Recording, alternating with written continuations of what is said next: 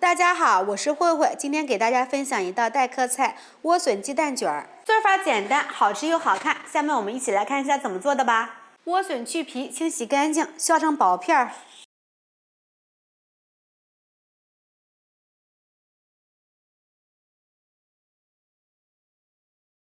碗中打入3颗鸡蛋，放入1克食用盐，入一下底味儿，再倒入一点淀粉水，用筷子充分的搅拌均匀。准备几瓣大蒜，拍扁，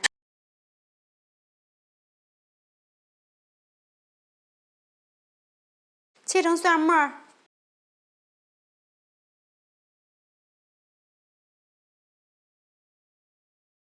放入碗里备用。准备几个干辣椒，剪成段儿，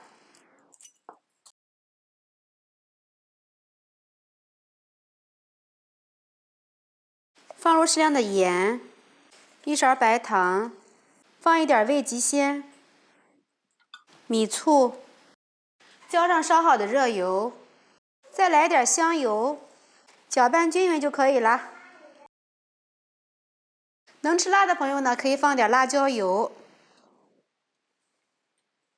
提前把水烧开，放入1克食用盐，滴入2滴食用油，把莴笋放入里面焯一下。放入食用油能使莴笋焯出来的颜色更加的碧绿。焯熟就可以给它控水捞出了。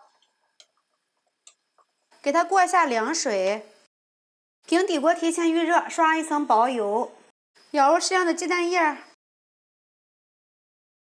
快速的晃匀。煎至底部定型，给它翻个面儿，煎至2面定型，出锅，把四周给它切一下，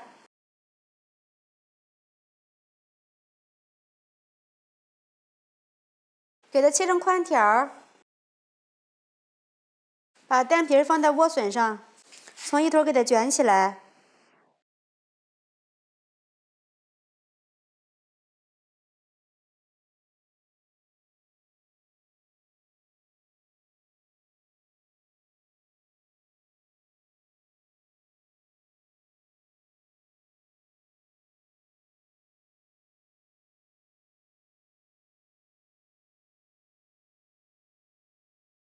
都给它摆入盘里。再切一点胡萝卜，给它摆个花边儿，也可以换成自己喜欢吃的蔬菜。看一下，非常漂亮。